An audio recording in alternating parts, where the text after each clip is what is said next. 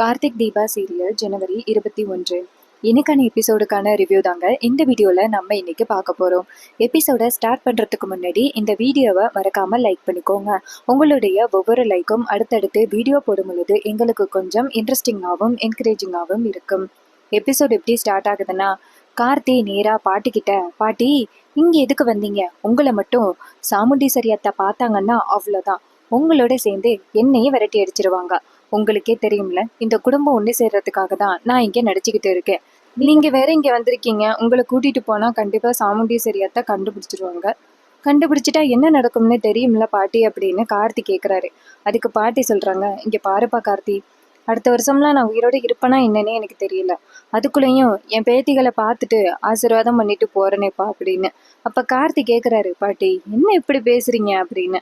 அதுக்கு பாட்டி சொல்றாங்க, என்னப்பா பண்றது, என் வாயிலேருந்து வந்துட்டு அதனப்பா உண்மை அப்படின்னு. இது கேட்டதோட கார்த்தி சொல்றாரு, பாட்டி இப்படியெல்லாம் சென்டிமெண்டா பேசாதீங்க, சரி வாங்க கூட்டிட்டு போறேன், எப்படியாவது சமாளிப்போம் அப்படின்னு சொல்ல.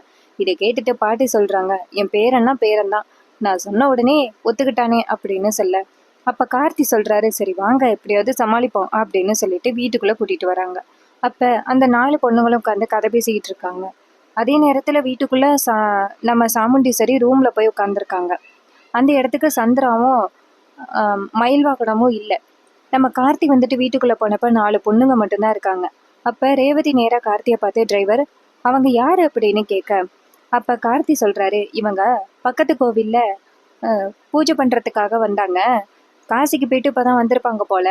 ஸோ அவங்க கையிலேருந்து இந்த வீட்டில் உள்ளவங்களுக்கு ஆசீர்வாதம் கிடைச்சா நல்லா இருக்குமே அப்படின்னு நினைச்சேன், அதான் கோயிலேருந்து இவங்களை கூட்டிட்டு வந்தேன் அப்படின்னு. இதை கேட்டதோட அந்த ரேவதி சொல்றாங்க, அப்படியா டிரைவர் அப்படின்னு. அப்ப கார்த்தி சொல்றாரு, ஆமா அப்படின்னு. அப்ப அந்த பரமேஸ்வரி சொல்றாங்க, ஆமாம்மா, நான் பக்கத்து கோவில்ல பூஜை பண்றதுக்காக வந்திருந்தேன், அப்பதான் இந்த நல்ல தம்பியை பார்த்தேன், இந்த தம்பி தான் என்னைய கூட்டிட்டு வந்தாங்க அப்படின்னு. இதை கேட்டதோட ரேவதியும் அப்படியா சரி அப்படின்னு சொல்ல, கார்த்தி சொல்றாரு, இவங்க கிட்ட நீங்க ஆசீர்வாதம் வாங்கிக்கிட்டீங்கன்னா ரொம்ப நல்லா இருக்கும் அப்படின்னு. அதே நேரத்துல சந்திராவும் மயில் வாகனமும் வராங்க. மயில் வாகனமும் பரமேஸ்வரியை பார்த்துட்டு எங்கேயோ பார்த்த மாதிரி இருக்கே அப்படின்னு யோசிக்கிறாரு. அப்ப சந்திரா சொல்றாங்க, உங்களை நான் எங்கேயோ பார்த்த மாதிரி இருக்கு அப்படின்னு சொல்ல. இதை கேட்டுட்டு பாட்டி அதிர்ச்சியாக. அப்ப பாட்டி சமாளிக்கிறாங்க, இல்லம்மா, நான் கோயிலா போயிட்டு வந்துகிட்டு இருக்கேன், ஒருவேளை அங்க எங்கேயாவது நீ என்னை பார்த்துருக்கிறதுக்கு நிறைய வாய்ப்பு இருக்குமா அப்படின்னு.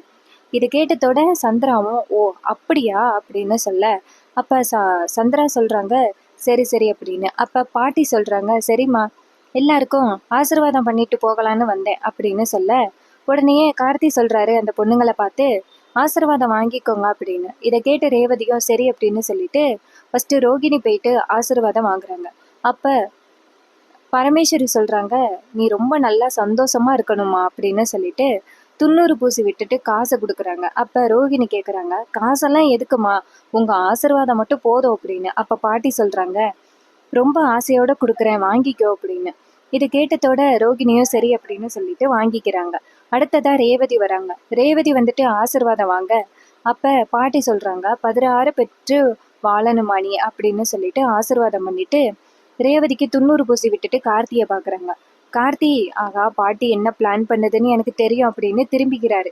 அப்ப பாட்டி நினைக்கிறாங்க, இவ மட்டும் கார்த்தியோட பொண்டாட்டியா வந்துட்டா எனக்கு ரொம்ப சந்தோஷமா இருக்கும் அப்படின்னு நம்ம பாட்டி நினைக்கிறாங்க. ரேவதி வந்துட்டு பாட்டியை பார்த்து, பாட்டி எனக்கு காசெல்லாம் வேணாம் அப்படின்னு சொல்ல. அப்ப பரமேஸ்வரி சொல்றாங்க, இங்க பாருமா, நான் ரொம்ப ஆசையோட ஆசீர்வாதம் பண்ணி கொடுக்குறேன், அதனால வாங்கிக்க அப்படின்னு.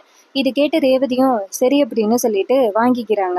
அதுக்கப்புறமா துர்கா வராங்க. துர்கா வந்ததோட பாட்டி அதே மாதிரி ஆசீர்வாதம் பண்ணி காசு கொடுக்குறாங்க. கடைசியா கடைக்குட்டி பொண்ணு வராங்க. அவங்க வந்துட்டு ஆசீர்வாதம் வாங்கும் பொழுது பாட்டி சொல்றாங்க, உன்னோட கனவு எல்லாமே நிறைவேறணும், நீ நிறைய ஜெயிக்கணும் அப்படின்னு சொல்லிட்டு ஆசீர்வாதம் பண்றாங்க. ஸோ இதை பார்த்துட்டு நம்ம பாட்டியும் ரொம்ப சந்தோஷத்தோட, உங்களை நான் ரொம்ப சந்தோஷமா வந்து ஆசீர்வாதம் பண்ணிட்டேன் அப்படின்னு சொல்ல. அப்ப மயில்வாகனம் சொல்றாரு, என்ன சாமியாரே எல்லாரையும் கூப்பிட்டீங்க, என்ன கூப்பிடல அப்படின்னு. அப்ப பாட்டி சொல்றாங்க, வாப்பா அப்படின்னு சொல்ல மயில்வாகனம் போயிட்டு ஆசீர்வாதம் வாங்குறாரு. அப்ப பாட்டி சொல்றாங்க, நீ ரொம்ப நல்லா இருக்கணும் அப்படின்னு. மயில்வாகனம் ரொம்ப நன்றி சாமியாரே அப்படின்னு சொல்லிட்டு, அவங்களுக்கு கொடுத்த மாதிரி எனக்கும் ஒன்றும் கொடுக்கல அப்படின்னு. அப்ப பாட்டி சொல்றாங்க, காசுலயே குறியாரு அப்படின்னு சொல்லிட்டு காசை கையில கொடுக்க மயில் வாகனமும் அந்த காசை வாங்கிக்கிட்டு நீங்க ரொம்ப நல்லா இருக்கணும் அப்படின்னு சொல்லிட்டு போறாரு. அப்புறமா ரேவதி சொல்றாங்க, சித்தி நாங்க எல்லாருமே ஆசீர்வாதம் வாங்கிட்டோம், அப்படியே நீங்களும் ஆசீர்வாதம் வாங்குனீங்கன்னா நல்லா இருக்குமே அப்படின்னு. அதுக்கு சந்திரா சொல்றாங்க, நான் யாரு கால்லயும் விழமாட்டேன், அது உங்களுக்கு தெரியும்ல அப்படின்னு. இதை கேட்டதோட பரமேஸ்வரி சொல்றாங்க, சரி சரி பரவாயில்லம்மா, என் ஆசீர்வாதம் தான் உங்க எல்லாருக்கும் இருக்கு எப்பவுமே. சரி நான் கிளம்புறேன் அப்படின்னு சொல்ல, கார்த்தி சொல்றாரு, ஆமா ரொம்ப நேரம் ஆகிட்ட சாமியாரே, உங்களை கோவில்ல தேடினாலும் தேடுவாங்க, நான் வேற உங்களை கூட்டிட்டு வந்துட்டேன், வா போகலாம் அப்படின்னு சொல்லிட்டு கிளம்புறாங்க. அப்ப 2 அடி எடுத்து வைக்கும் பொழுது டக்குன்னு அந்த இடத்துக்கு சாமுண்டீஸ்வரி வராங்க. சாமுண்டீஸ்வரி ரூமை விட்டு வெளியில வந்துட்டு டிரைவர் அப்படின்னு சொல்லி கூப்பிட பரமேஸ்வரி செம்ம ஷாக் ஆகுறாங்க. பரமேஸ்வரி சொல்றாங்க, ஐயோ என்னப்பா இது, அவ வந்துட்டாலே கண்டுபிடிச்சிருவாளே அப்படின்னு. அப்ப கார்த்தி சொல்றாரு, இதுக்குதான் பாட்டி நான் அப்பவே சொன்னேன், கொஞ்சமாவது கேட்டீங்களா அப்படின்னு. அப்ப சாமுண்டீஸ்வரி கேக்குறாங்க, யாரு டிரைவர் இது அப்படின்னு. அப்ப ரேவதி சொல்றாங்க, அம்மா பக்கத்து கோவிலுக்கு காசுலேருந்து சாமியார் அம்மா வந்திருக்காங்க, அதான் நம்மெல்லாம் ஆசீர்வாதம் வாங்கலாம் நல்லா இருக்கும் அப்படின்ட்டு கூட்டிட்டு வந்திருக்காங்க அப்படின்னு. இது கேட்டதோட சாமுண்டீஸ்வரி சொல்றாங்க, எல்லாரும் ஆசீர்வாதம் வாங்கிட்டாங்களா அப்படின்னு. அப்ப ரேவதி சொல்றாங்க, ஆமாம்மா நாங்க எல்லாருமே ஆசீர்வாதம் வாங்கிட்டோம், எல்லாருக்கும் காசு கொடுத்தாங்க அப்படின்னு. இதை கேட்டதோட சாமுண்டீஸ்வரியும் சரி அப்படியே எனக்கும் ஆசீர்வாதம் பண்ணிட்டு போங்களேன் அப்படின்னு.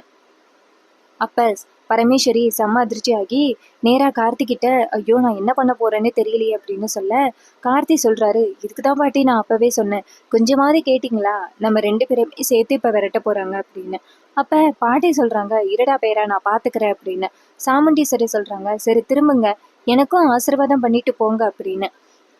அப்ப பாட்டி சொல்றாங்க, நான் காசிக்கு கிளம்புறேன், ஒரு தடவை திரும்பிட்டேன்னா மறுபடி திரும்ப மாட்டேன் அப்படின்னு.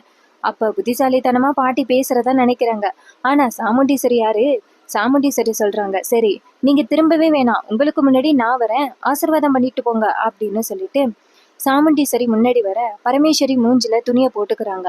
அப்ப சந்திரா இத பாக்குறாங்க, என்ன இது, இதுல ஏதோ ஒரு ரகசியம் இருக்கிற மாதிரி தெரியுது, இதுல கண்டிப்பா ஏதோ ஒரு சூழ்ச்சி இருக்கு அப்படின்னு சந்திரா நினைக்கிறாங்க. அப்ப சாமுண்டீஸ்வரி முன்னாடி வந்துட்டு அந்த சாமியார் கிட்ட ஆசீர்வாதம் வாங்குறாங்க. அப்ப பரமேஸ்வரி வந்துட்டு நீ நல்லா இருக்கணும் அப்படின்னு சொல்ல, அப்ப சாமுண்டீஸ்வரி 90 கேக்குறாங்க. அப்ப பரமேஸ்வரி 90 கொடுக்கறதுக்கு பதிலா 90 ஊதிடுறாங்க. இதனால பரமேஸ்வரி 90 ஊதுனதுனால சாமுண்டீஸ்வரியோட மூஞ்சி பூரா ஒரே 90 இருக்கு. இதை பார்த்ததோட அங்க உள்ளவங்க ஷாக் ஆகுறாங்க. சாமுண்டீஸ்வரி கண்ணுல வந்து 90 விழுந்துட்டு அப்படின்னு எடுத்துக்கிட்டு இருக்கும் பொழுது பரமேஸ்வரி அந்த இடத்துல இருந்து ஓடி போயிடுறாங்க. இதை வந்து சந்திரா பார்த்துட்டு ஷாக் ஆகுறாங்க. எதுக்காக இந்த பாட்டி இப்படி பண்ணணும், கண்டிப்பா இதுக்கு பின்னாடி வேற ஏதோ ஒரு சூழ்ச்சி இருக்கு அப்படின்னு அந்த சந்திரா கண்டுபிடிச்சிடுறாங்க.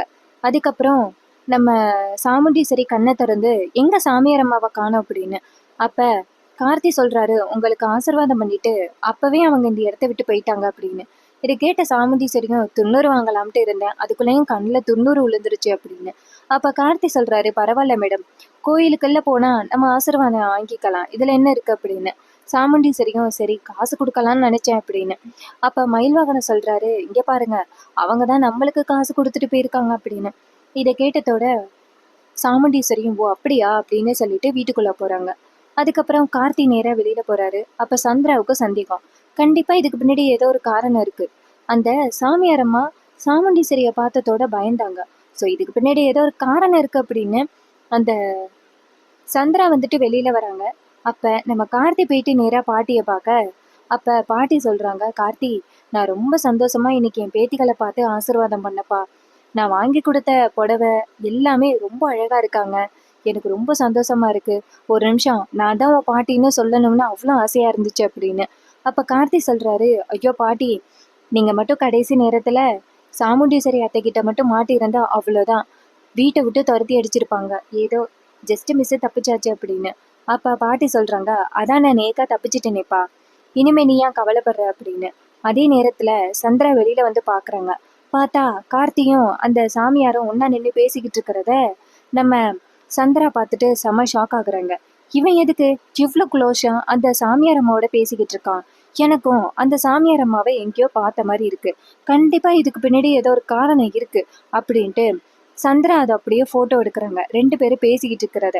அப்ப பாட்டி சொல்றாங்க, இங்க பாருப்பா, நான் பரிபூரணமா இன்னைக்கு வந்துட்டு எல்லாருக்கும் ஆசீர்வாதம் பண்ணிட்டேன், இனிமே நான் நிம்மதியா கண்ண மூடுவேன் அப்படின்னு. அப்ப கார்த்தி சொல்றாரு, என்ன பாட்டி இப்படி சொல்றீங்க, இங்க பாருங்க, அந்த கும்பாபிஷேகத்துக்கு அத்தை எல்லாரையுமே நான் கூட்டிட்டு வருவேன், நீங்க பார்க்க தானே போறீங்க அப்படின்னு. இதை கேட்டதோட பாட்டியும் சரிப்பா அப்படின்னு சொல்ல, அப்ப கார்த்தி கேக்குறாரு, நீங்க எல்லாருக்கும் ஆசீர்வாதம் பண்ணிட்டீங்களா அப்படின்னு. அப்ப பாட்டி சொல்றாங்க, எல்லாருக்கும் ஆசீர்வாதம் பண்ணிட்டேனேப்பா அப்படின்னு. அப்ப கார்த்தி சொல்றாரு, என்ன பாட்டி என்ன மறந்துட்டீங்க, எனக்கு ஆசீர்வாதம் பண்ணவே இல்லை அப்படின்னு.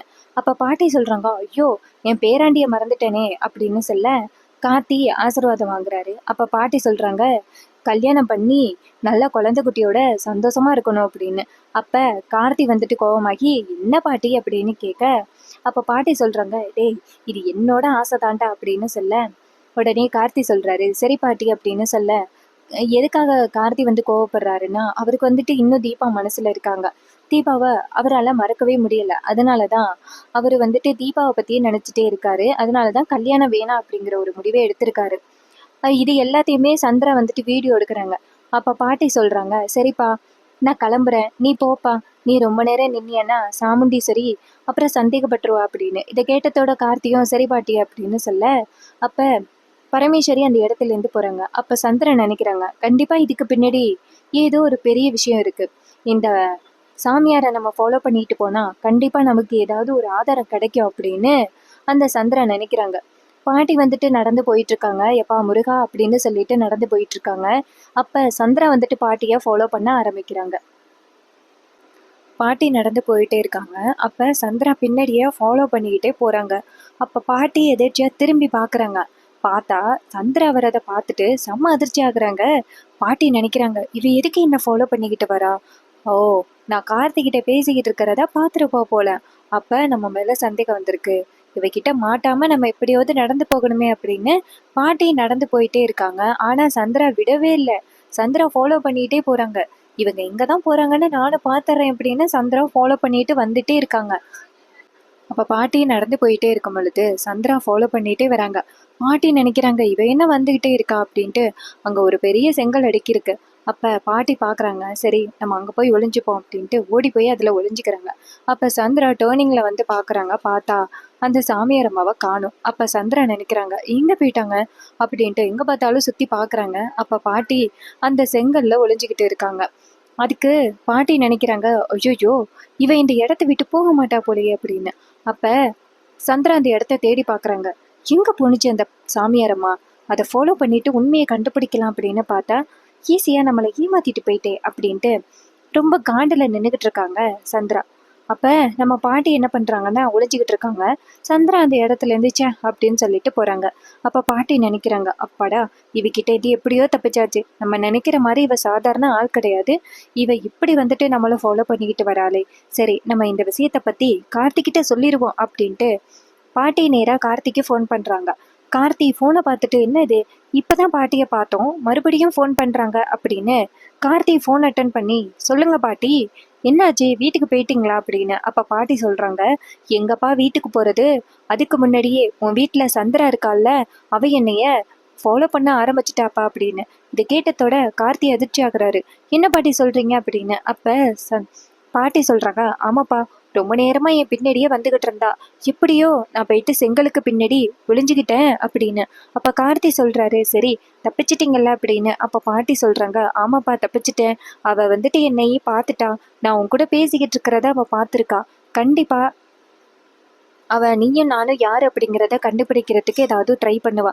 ஸோ எதுக்கும் பாதுகாப்பா இருந்துக்க கார்த்தி அப்படின்னு. அப்ப கார்த்தி சொல்றாரு, இதுக்கு தான் பாட்டி வீட்டில் நிறைய பிரச்சனை இருக்கு அப்படின்னு தான் நான் இப்போதைக்கு வந்து பார்க்க முடியாதுன்னு சொன்னேன். கொஞ்சமாவது நீங்க கேட்டீங்களா அப்படின்னு. அதுக்கு பாட்டி சொல்றாங்க, ஏப்பா சாரிப்பா, நான் என்னப்பா பேத்திகளை பார்க்கணும் அப்படின்னு ஆசையா தானே வந்தேன் அப்படின்னு. அப்ப கார்த்தி சொல்றாரு, சரி பரவாயில்ல பாட்டி, நான் பார்த்துக்கிறேன், எப்படியாவது சமாளிச்சுக்கிறேன் அப்படின்னு சொல்றாங்க. அதுக்கப்புறமா பாட்டி ஃபோனை கட் பண்ண, அதுக்கப்புறம் சீனசிப் பண்ணி நம்ம சந்திராவை காமிக்கிறாங்க. சந்திரா வந்துட்டு நேரா அந்த சிவனாண்டியோட வீட்டுக்கு போறாங்க. எதுக்கு போறாங்கன்னா இந்த விஷயத்த சொல்றதுக்காக தான் அவசர அவசரமா போறாங்க. சந்திரா நேரா சிவனாண்டிய பார்க்க, அப்ப சிவனாண்டி வந்து சந்திராவை பார்த்துட்டு சந்தோஷப்படுறாரு. சந்திரா நேரா சிவனாண்டிய பார்த்து, என்னங்க உங்களை பார்க்கறதுக்காக தான் நான் ஓடி வந்தேன், அந்த டிரைவரை பத்தி சொல்றதுக்கு அப்படின்னு. அப்ப சிவனாண்டி சொல்றாரு, இப்பெல்லாம் அவனை பத்தி தான் அதிகமா திங்க் பண்ணிக்கிட்டு இருக்க போல அப்படின்னு. அப்ப சந்திரா சொல்றாங்க, என்னங்க பண்றது, அவன் நமக்கு ஒரு தீராத தலைவலியா அமைஞ்சு போயிட்டான். அவனை ஒழிச்சு கட்டினா மட்டும்தான் நம்மளால நிம்மதியா இருக்க முடியும் அப்படின்னு.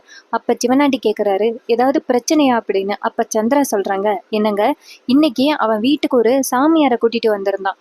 எல்லாருக்கும் ஆசீர்வாதம் பண்ணணும் அப்படின்னு சொல்லிட்டு காசிலேருந்து ஏதோ ஒரு அம்மா கோயிலுக்கு வந்திருக்காங்க அப்படின்னு சொல்லிட்டு அந்த சாமியார் அம்மாவை வீட்டுக்கு கூட்டிட்டு வந்தான். அந்த சாமியார் அம்மாவை எனக்கு ரொம்ப தெரிஞ்ச முகம் மாதிரி இருக்கு. ஆனா நானும் யோசனை பண்ணி பார்க்குறேன், யாருன்னே எனக்கு சரியா ரெகக்னைஸ் ஆகல. ஸோ யாரு அப்படிங்கிறத கண்டுபிடிக்கணும் அப்படின்னு சொல்ல சிவனாண்டி கேட்குறாரு, சரி ஏதாவது ஃபோட்டோவில் எடுத்தியா அப்படின்னு. அப்போ சந்திரா சொல்கிறாங்க, எடுத்திருக்கங்க, உங்களுக்கு அனுப்புகிறேன் அப்படின்னு சொல்லிட்டு அனுப்புகிறாங்க. அனுப்பிட்டு இங்கே பாருங்க, கண்டிப்பாக இந்த டிரைவருக்கும் அந்த சாமியார் அம்மாவுக்கும் ஏதோ ஒரு கனெக்ஷன் இருக்கு. அவங்க பேசிக்கிட்டதை பார்த்தா ஏதோ வேற யாரோ பேசிக்கிட்ட மாதிரி தெரியல. ஏதோ உறவுக்காரவங்க 2 பேரும் பேசிக்கிட்ட மாதிரியே அவங்க பேசிக்கிட்டாங்க. ஸோ கண்டிப்பாக இதுக்கு பின்னாடி ஏதோ ஒரு காரணம் இருக்கு.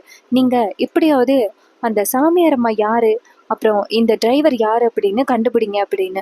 உடனே சிவனாண்டியும், சரி சந்திரா, இந்த ஃபோட்டோவை எனக்கு அனுப்பி விட்டுருக்கேல்ல, நான் பார்த்து கண்டுபிடிச்சிடுறேன் அப்படின்னு. அப்போ சந்திரா சொல்கிறாங்க, சரிங்க, இன்னைக்கு பொங்கல் வேற, நான் வேற அக்கா வீட்டில் இருக்கேனா, அதனால அக்கா என்னை தேட ஆரம்பிச்சிடுவா, நான் போகிறேன் அப்படின்னு. இது கேட்டதோட சிவனாண்டியோ, சரி சந்திரா, நீ எதுக்கும் ஒரி பண்ணாத, நான் பார்த்துக்கிறேன், நீ கவலைப்படாமல் வீட்டுக்கு போ அப்படின்னு.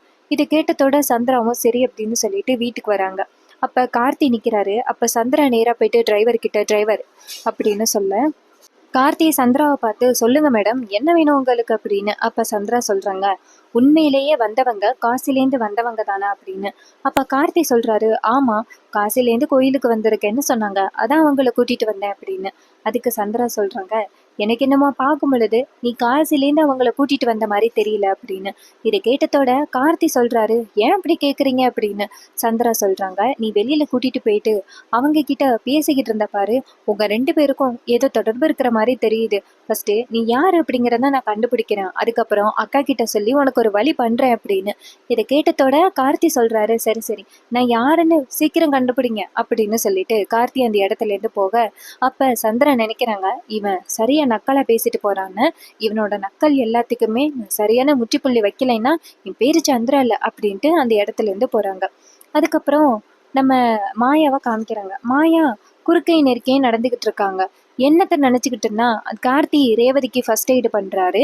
அப்புறம் கோலத்துலேருந்து ரேவதியை காப்பாத்துனது, அதுக்கப்புறம் ரேவதியை போயிட்டு கார்த்தியை கட்டி பிடிச்சது, இது எல்லாத்தையுமே மாயா யோசனை பண்ணிக்கிட்டு இருக்காங்க. இது எல்லாத்தையும் யோசனை பண்ணும் பொழுது மாயாவுக்கு ஒரு சந்தேகம், கண்டிப்பா இந்த டிரைவர் வேற ஏதோ பிளான் பண்றான் அப்படின்னு.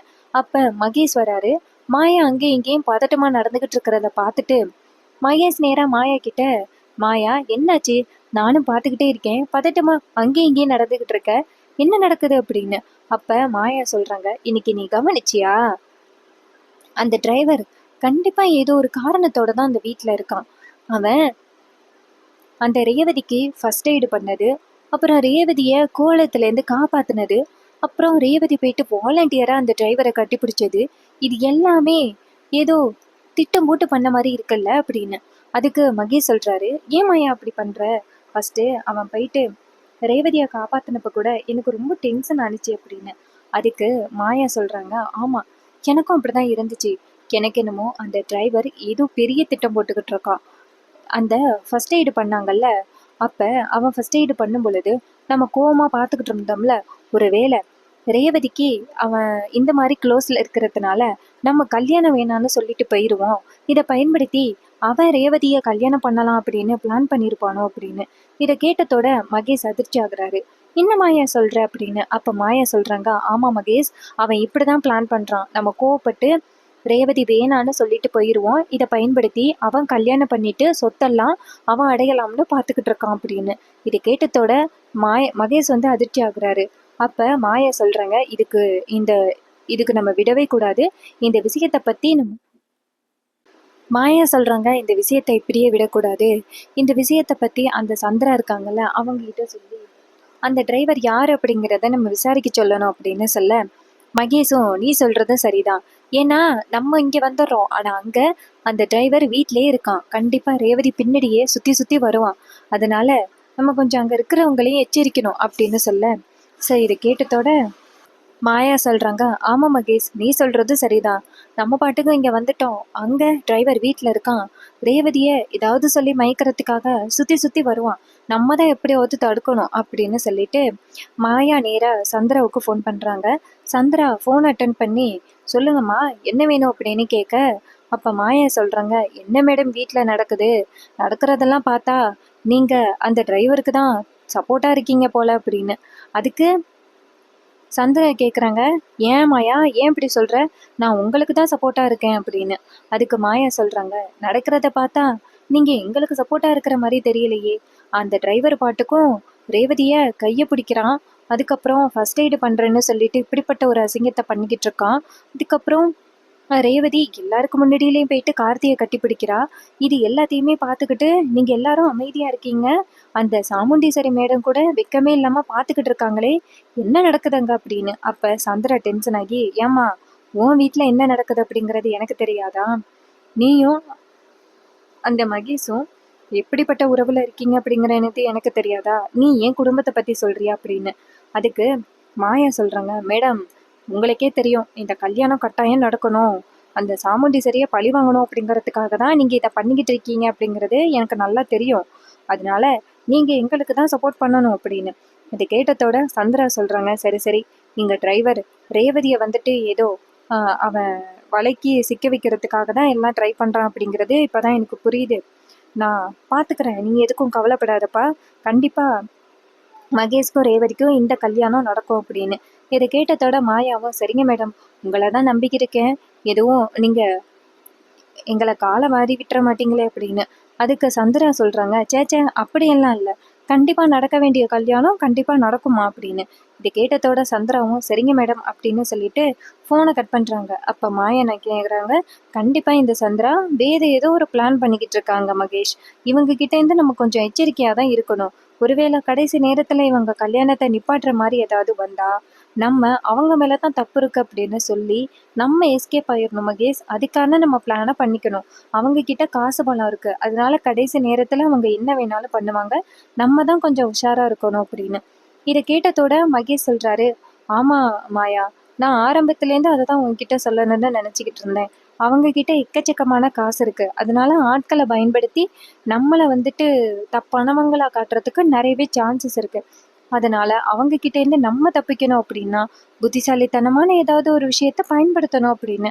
அப்ப மாயா சொல்றாங்க, இவ்வளோ பிளான் பண்ணியிருக்கேன், இதை பிளான் பண்ணாமையா இருப்பேன், இங்க பாரு, ரேவதிக்கும் உனக்கும் நடக்க போற கல்யாணத்தை யாராலையுமே நிப்பாட்டவே முடியாது, இந்த கல்யாணம் இந்த பிரச்சனை இல்லாம நல்லபடியா நடந்து முடிக்கும், நீ அதை பார்க்க தான் போற அப்படின்னு சொல்ல.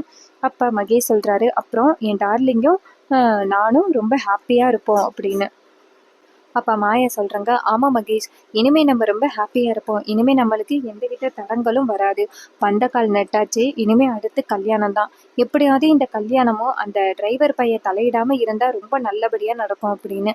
இது கேட்டதோட மகேஷும் ஆமாங்கிறாரு. அப்ப சந்திராவை காமிக்கிறாங்க. சந்திரா நினைக்கிறாங்க, இதுக ரெண்டும் சரியான கிறுக்குகளா இருக்கும் போல, இதுக ஈஸியா இந்த வீட்டுக்குள்ள நுழைஞ்சி நம்மளை அதிகாரம் பண்ணலாம் அப்படின்னு நினைச்சுக்கிட்டு இருக்குதுங்க, ஆனா நடக்க போற சூழ்ச்சி அதுகளுக்கு எதுவுமே தெரியாது, இந்த கல்யாணம் கண்டிப்பா நடக்க போறது இல்ல, கடைசி நேரத்துல நிக்க போகுது, இதை பார்த்துட்டு அந்த சந்திரா சாமுண்டீஸ்வரி நெஞ்ச பிடிச்சிக்கிட்டு உட்காந்துருக்க போறா, இதை பார்த்துட்டு நான் ரொம்ப சந்தோஷப்பட போறேன் அப்படின்னு சந்திரா ரொம்ப ஹாப்பியா இருக்காங்க. அதே நேரத்துல நம்ம ரேவதி வந்துட்டு நேரா அந்த கார்த்தியை போய் பார்க்குறாங்க. கார்த்தி கேட்குறாரு, சொல்லுங்க ரேவதி அம்மா, என்ன திடீர்னு வந்திருக்கீங்க அப்படின்னு. அப்போ ரேவதி நேராக கார்த்தியை பார்த்து, இந்த மாதிரி கண்ணாமூச்சியில் நான் உங்களை ஹக் பண்ணதுக்கு உங்களுக்கு மன்னிப்பு கேட்டுக்கிறேன் அப்படின்னு. அப்போ கார்த்தி சொல்கிறாரு, என்ன ரேவதி அம்மா இதுல எல்லாம் என்ன இருக்குது அப்படின்னு, நீங்கள் தெரியாமல் தானே வந்து என்னை ஹக் பண்ணீங்க அப்படின்னு. அதுக்கு ரேவதி சொல்கிறாங்க, இல்லை மகேஷ் இதை பார்த்துட்டு ரொம்ப டென்ஷன் ஆகியிருப்பாருல்ல, அவர்கிட்ட மன்னிப்பு கேட்கணும் அப்படின்னு. அப்போ மயில் வாகனம் வராரு. மயில் வாகனம் வந்துட்டு, அப்படி பார்த்தா அவர் மட்டும் அவர் அண்ணியை கட்டி பிடிக்கலையா அப்படின்னு. இப்படி கேட்டதோட ரேவதி டென்ஷன் ஆகி, மாமா என்ன மாமா அப்படின்னு. அதுக்கு மயில் வாகனம் சொல்றாரு, ஏமா உனக்கு கோவமெல்லாம் வருமா, நான் சும்மாதாம்மா சொன்னேன் அப்படின்னு. இதை கேட்டதோட ரேவதி சொல்றாங்க, அப்படியெல்லாம் சொல்லாதீங்க, எனக்கு ரொம்ப டென்ஷன் ஆகுது அப்படின்னு. அப்ப கார்த்தி சொல்றாரு, சரி விடுங்க, இதுல என்ன இருக்கு, அவங்க தெரியாம தானே போயிட்டு பண்ணாங்க அப்படின்னு. அதுக்கு ரேவதி சொல்றாங்க, சரி இருக்கட்டும் பரவாயில்ல, அதோட நான் மகேஷ் கிட்ட மன்னிப்பு கேட்கணும், நான் வேற அத்தனை பேருக்கு முன்னாடி உங்களை ஹக் பண்ணிட்டேன்னு அப்படின்னு. இதை கேட்டதோட கார்த்தி சொல்றாரு, நானே இதே பெரிய விஷயமா எடுத்துக்கல அப்படின்னு. அதுக்கு ரேவதி சொல்றாங்க, ஆமா நீங்க எடுத்துக்கல, இருந்தாலும் எனக்கு பயமா இருக்குல்ல, மகேஷ் எப்படி தப்பா நினைச்சாலும் நினைப்பாரு, அதுதான் எனக்கு பயமா இருக்கு அப்படின்னு. இப்போ கார்த்தி சொல்றாரு, சரி நான் இதை பத்தி நான் மகேஷ் கிட்ட பேசிக்கிறேன், நீங்க கவலைப்படாதீங்க அப்படின்னு. இதை கேட்டதோட ரேவதியும் ரொம்ப தேங்க்ஸ் அப்படின்னு சொல்ல, கார்த்தியும் சரி அப்படிங்கிறாரு. கார்த்தி என்ன பண்ணுறாருன்னா நேராக மகேஷுக்கு கால் பண்ணுறாரு. மகேஷ் ஃபோனை பார்த்துட்டு மாயா கிட்ட பார்த்தியா, அந்த டிரைவர் தான் கால் பண்ணுறான், எதுக்கு கால் பண்ணுவான், ஒருவேளை வெறுப்பேற்றுறதுக்காக கால் பண்ணுறானா அப்படின்னு. அப்போ மாயா சொல்கிறாங்க, சரி ஃபோன் அட்டன் பண்ணி பாரு என்னதான் சொல்கிறான் அப்படின்னு. அப்போ கார்த்தி ஃபோன் அட்டன் பண்ணி, ஹலோ மகேஷ் மாப்பிள்ளை அப்படின்னு. மகேஷ் சொல்கிறாரு, ஆமாம்மா நான் தான் பேசுகிறேன், என்ன வேணும் உனக்கு அப்படின்னு. அப்போ கார்த்தி சொல்கிறாரு, சார் இது மாதிரி மேடம் வந்துட்டு தெரியாம தான் என்னை வந்துட்டு ஹக் பண்ணாங்க, ஸோ அதான் உங்ககிட்ட மன்னிப்பு கேட்கறதுக்காக ஃபோன் பண்ணேன், இது எதேர்ச்சியாக நடந்தது அப்படின்னு. அதுக்கு மாயா சொல்கிறாங்க, மகேஷ் சொல்கிறாரு, ஓ எதேர்ச்சியாக நடந்ததா, நானும் ஆரம்பத்துலேருந்து பார்த்துக்கிட்டு இருக்கேன் அவளுக்கு வந்துட்டு நீ ஃபர்ஸ்ட் எய்டு பண்ணுற மாதிரி க்ளோஸ் ஆக நினைக்கிற, அப்புறம் வந்துட்டு கோலத்துலேருந்து காப்பாத்துறேன்னு அவள் கையை பிடிக்கிற, அப்புறம் நீ வாலண்டியராக வந்துட்டு அவள் ஒன்று ஹக் பண்ணணும் அப்படின்னு பக்கத்தில் வந்து நிற்கிற, இதெல்லாம் நீ வேணுக்கும்னே தான் பண்ணியிருப்பேன்னு எனக்கு நல்லாவே தெரியும், இங்கே பாரு இதுதான் நான் உனக்கு கொடுக்குற கடைசி எச்சரிக்கை, நான் கல்யாணமாகி அங்கே வந்ததோட உன்னை வீட்டை விட்டு துரத்தி அடிக்கிறேன்னா இல்லையான்னு பார்த்துக்கோ அப்படின்னு. அப்போ கார்த்தி சொல்கிறாரு, சரிங்க சார் உங்கள் முடிவை நீங்கள் என்ன வேணாலும் பண்ணிக்கிடுங்க. அப்போ மகேஷ் சொல்கிறாரு, இங்கே பாரு நான் மேரேஜ் ஆகி வந்ததோட உன்னை இந்த வேலையை விட்டு தூக்கிட்டு நான் மறுவேலை பார்க்குறேன் அப்படின்னு. அப்போ கார்த்தி சொல்கிறாரு, சரி சரி நீங்கள் ரொம்ப கோவத்தில் இருக்கீங்க, சரி வைக்கிறேன் அப்படின்னு சொல்லிட்டு வைக்க. அப்போ ரேவதி கேட்குறாங்க என்னாச்சு அப்படின்னு. அப்போ கார்த்தி சொல்கிறாரு, அவர் கொஞ்சம் கோவத்தில் தான் இருக்கார் அப்படின்னு. அப்போ மயில்வாகனம் சொல்கிறாரு, கோவத்தில் எல்லாமே இருப்பார் அப்படின்னு. அப்போ ரேவதி சொல்கிறாங்க, சரி நான் சமாதானப்படுத்திக்கிறேன் அப்படின்னு. அப்போன்னு பார்த்து நம்ம கார்த்தியை காமிக்கிறாங்க, மகேஷை காமிக்கிறாங்க. மகேஷ் வந்துட்டு நேராக மாயக்கிட்ட, பார்த்தியா அவன் ஃபோன் அடித்து வாலண்டியராக என்னை எப்படி வம்பு வளர்க்குறான் பார்த்தியா அப்படின்னு. அதுக்கு மாயா சொல்கிறாங்க, இருந்தாலும் அவனுக்கு திமிரு அதிகம், அவனோட திமிரை எப்படியாவது நம்ம அடக்கணும், நீ கல்யாணமாகி போனதோட அவனை அந்த வீட்டை விட்டு துரத்தணும் அப்படின்னு. அதுக்கு மகேஷ் சொல்கிறாரு, அது வரைக்கும் அவனை வச்சிருக்க கூடாது, அதுக்கு முன்னாடியே அவனை அந்த வீட்டை விட்டு துரத்தணும் அப்படின்னு சொல்கிறாங்க. இன்னைக்கான எபிசோடு வந்துட்டு இதோட முடிஞ்சிருக்கு. இதே மாதிரி இனிமே அப்டேட்ஸை நம்ம சேனலில் நீங்கள் தொடர்ந்து பார்க்கணும்னா மறக்காமல் நம்ம சேனலை சப்ஸ்கிரைப் பண்ணிக்கோங்க, பக்கத்தில் உள்ள பெல்லைக்கானை கிளிக் பண்ணி ஆல்னு செட் பண்ணிக்கோங்க. அப்போ தாங்க புது புது வீடியோ போடும் பொழுது உங்களுக்கு நோட்டிஃபிகேஷன் வரும். அண்டு கேடி எபிசோடில் அடுத்து என்னெல்லாம் நடக்க வாய்ப்புகள் இருக்குது அப்படிங்கிறத பற்றி தெரிஞ்சுக்கணும் அப்படின்னாலே சேனலை சப்ஸ்கிரைப் பண்ணிக்கோங்க. இந்த வீடியோஸ் வந்து full and full entertainment videos தான். ஸோ மறக்காமல் நம்ம சேனலை சப்ஸ்கிரைப் பண்ணிக்கோங்க. கார்த்தி வந்துட்டு எப்படி அப்கமிங் எபிசோட்ஸில் ரேவதியோட வாழ்க்கையை காப்பாற்ற போகிறாரு, சாமுண்டீஸ்வரி கார்த்தி யாருன்னு கண்டுபிடிப்பாங்களா, சந்திராவும் சிவனாண்டியும் சேர்ந்து கார்த்தியோட பாட்டி தாத்தா யார் அப்படின்னு கண்டுபிடிச்சி சாமுண்டீஸ்வரி கிட்ட ப்ரூவ் பண்ணி கார்த்தியை விரட்டி அடிப்பாங்களா, இல்லை அதுக்கு முன்னாடியே கார்த்தி ரேவதியோட கழுத்தில் தாலி கட்டிடுவாரா அப்படிங்கிறது தான் நிறையவே ட்விஸ்டன்ஸு எண்டில் நிறையவே நடக்க போகுது. ஸோ மறக்காமல் சேனலை சப்ஸ்கிரைப் பண்ணிக்கோங்க. தேங்க்யூ ஃபார் வாட்சிங்.